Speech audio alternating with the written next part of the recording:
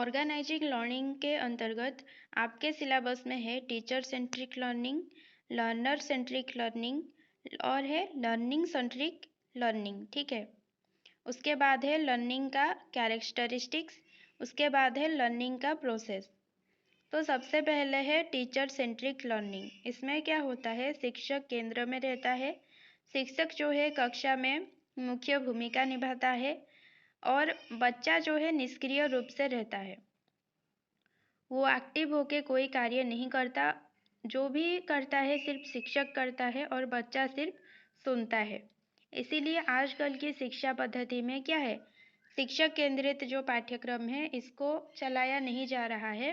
आजकल बाल केंद्रित शिक्षा पर ज़्यादा ध्यान दिया जा रहा है, क्योंकि शिक्षा का उद्देश्य क्या है, बच्चों का सर्वांगीण विकास, जो कि शिक्षक केंद्रित पाठ्यक्रम में नहीं हो सकता है।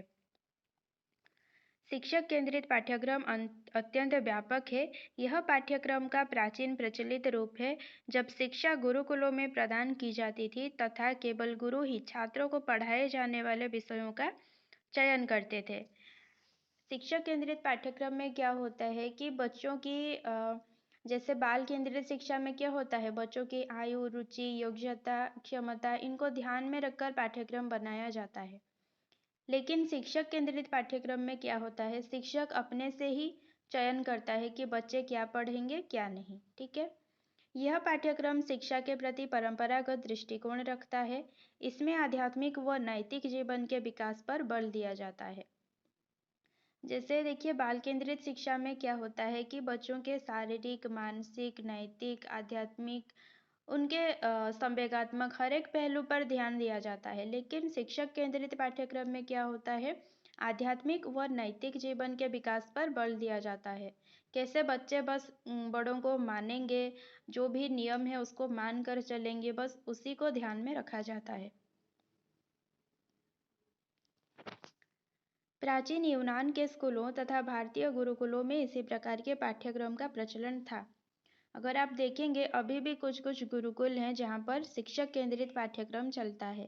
वहाँ पर शिक्षक व्याख्या करते हैं और बच्चे सिर्फ सुनते हैं, बस जो भी शिक्षक नियम बनाता है उसको मानते हैं। कुछ बोलने का अधिकार वहाँ पर बच्चों को नहीं होता है। इसके अंतर्गत शास्त्रीय भाषाओं, दर्शन, ज्योतिष, गणित, व्याकरण, अध्यात्म शास्त्र, धर्मशास्त्र, नीति शास्त्र आदि विषयों पर अधिक बल दिया जाता है। देखिए, ये सब विषय क्या है, जिसमें से बच्चे क्या है, एक कक्षा से दूसरी कक्षा में जाएंगे, मतलब सिर्फ पढ़ाई रिलेटेड जो को करिकुलर एक्टिविटीज होते हैं ना, उनको शिक्षक केंद्रित पाठ्यक्रम में ध्यान नहीं दिया जाता है। वर्तमान समय में भी इस पाठ्यक्रम को कुछ विशिष्ट विद्यालयों जैसे कि गुरुकुलों, संस्कृत पाठशालाओं, अरबी मदरसों आदि में चलाया जा रहा है, परंतु वर्तमान समय में इसका प्रचलन धीरे धीरे कम होता जा रहा है।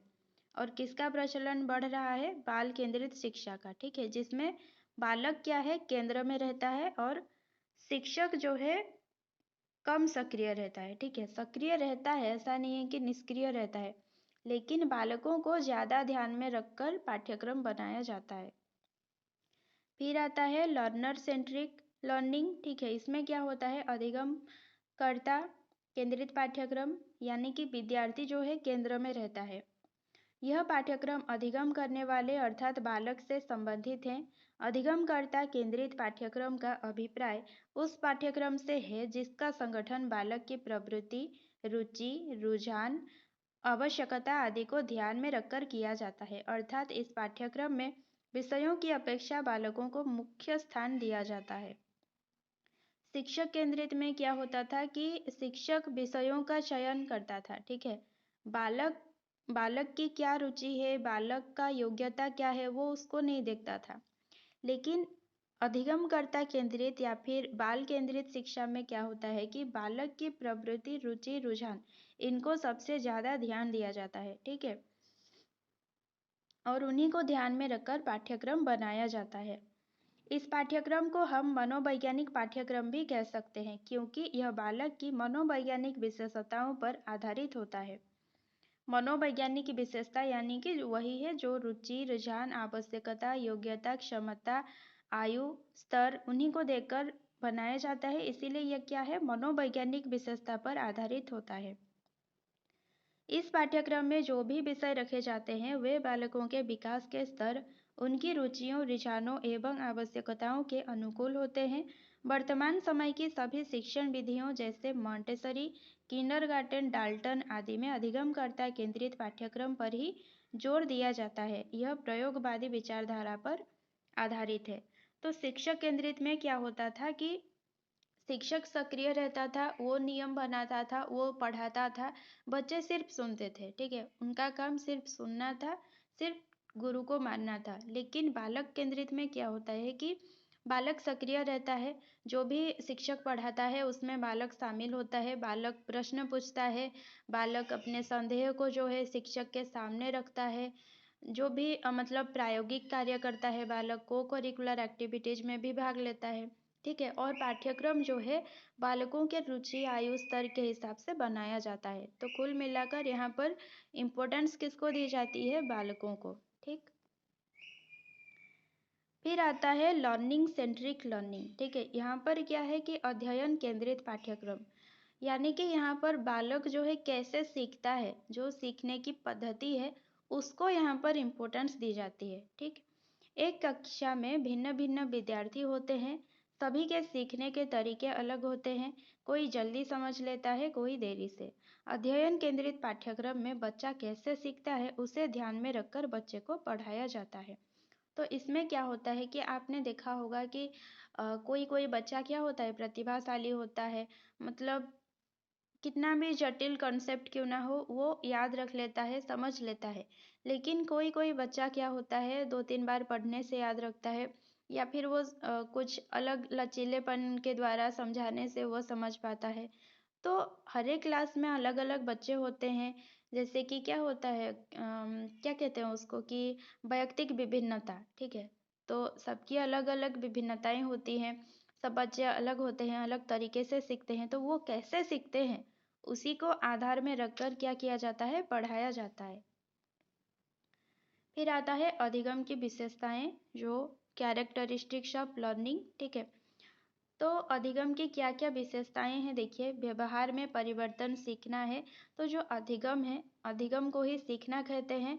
अधिगम की विशेषता ये है कि व्यवहार में क्या होता है, परिवर्तन होता है, और वो भी 2-3 दिन का परिवर्तन नहीं, वो क्या होता है, परमानेंट चेंज होता है। ठीक है, मतलब हमेशा के लिए एक परिवर्तन रहता है, उसको हम सीखना कहेंगे। उसके बाद है अधिगम सार्वभौमिक है। ठीक है, अधिगम विकास की प्रक्रिया है, सीखना जीवन पर्यंत चलता है। जो अधिगम है वो जीवन पर्यंत चलता है, जब आप मतलब जन्म होते हैं तब से लेकर मरने तक सीखना चलता रहता है। फिर अधिगम समायोजन की प्रक्रिया है, हम हमेशा हम एक ही परिस्थिति में नहीं रहते हैं, अलग अलग परिस्थितियों से हम जूझते हैं। तो अलग अलग परिस्थितियों के साथ जो हम समायोजन करते हैं, जो भी हम एडजस्टमेंट करते हैं, उसी को क्या कहते हैं, अधिगम कहते हैं।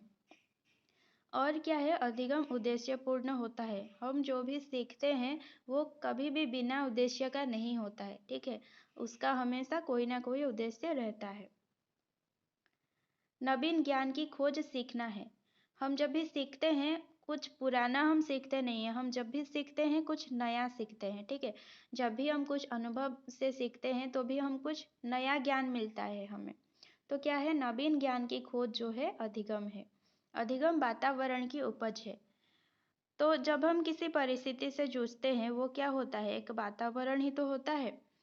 तो जब जो भी हम परिस्थिति को ही यहाँ पर वातावरण समझिए, हम अलग अलग वातावरण में जाते हैं, वहाँ पर रहते हैं, बहुत सी समस्याएं हमारे सामने आती हैं। ठीक है, तो उन्हीं की उपज क्या है, अधिगम है। अधिगम वातावरण की उपज है। अधिगम अनुभवों का संगठन है, हम हमेशा आए दिन हम कुछ ना कुछ अनुभव करते हैं, कुछ ना कुछ अपने अनुभवों से सीखते हैं। तो वही कहा गया है कि अधिगम क्या है, अनुभवों का संगठन है। उसके बाद दिया है कि प्रोसेस क्या है लर्निंग का। ठीक है, तो उसका प्रोसेस देखिए कि 3 भागों में विभाजित किया गया है। पहला है उद्देश्य,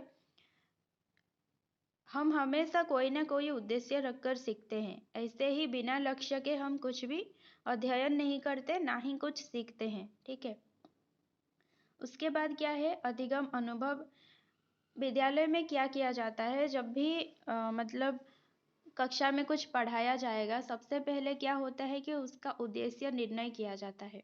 उसका उद्देश्य निर्धारण किया जाता है कि क्या-क्या शैक्षिक उद्देश्य हैं। एक बार शैक्षिक उद्देश्यों का निर्धारण हो जाने पर शिक्षक क्या करता है, बच्चों को अधिगम अनुभव प्रदान करता है। यानी कि शिक्षक पाठ पढ़ाता है और बच्चे क्या करते हैं, अध्ययन करते हैं। उसके बाद तीसरा जो सोपान है वो क्या है, विद्यार्थी की जांच। अब शिक्षक क्या पढ़ाया है उसका जांच तो वो करेगा ही। बच्चे कहाँ तक समझे हैं, क्या नहीं समझे हैं, कहाँ पर जो है क्या कहाँ पर कठिनाई हो रही है, उनका जांच करता है शिक्षक। मूल्यांकन करता है, उसके बाद वो मूल्यांकन करने के बाद उपचार भी बताता है कि जो भी कठिनाई है बच्चे में वो कैसे दूर हो सकता है, उसका उपचार भी बताता है। ठीक है। तो यहाँ पर क्या देखा जाता है कि जो उद्देश्य है, सबसे पहले जो उद्देश्य निर्धारण किए गए थे, उन उद्देश्यों से पूर्ति मतलब कहाँ तक हुई है, उन उद्देश्यों की पूर्ति कहाँ तक हुई है। ठीक है। तो सीखने की प्रक्रिया जो है इन तीनों भागों के द्वारा होता है। पहले उद्देश्यों का निर्धारण होता है, उसके बाद अधिगम अनुभव प्रदान किया जाता है बच्चों को, उसके बाद बच्चों की जांच होती है कि उद्देश्यों की पूर्ति कहाँ तक हुई है। ठीक है। अगर इसका पीडीएफ चाहिए तो टेलीग्राम चैनल पे ज्वाइन होइएगा। टीजीटी हिंदी ओडिशा चैनल का नाम है। और उसके बाद आप प्लेलिस्ट में जाकर देखिएगा तो आरएचटी हिंदी के लिए बहुत से वीडियोज हैं, आप वहाँ से कुछ आपको मदद मिल सकती है।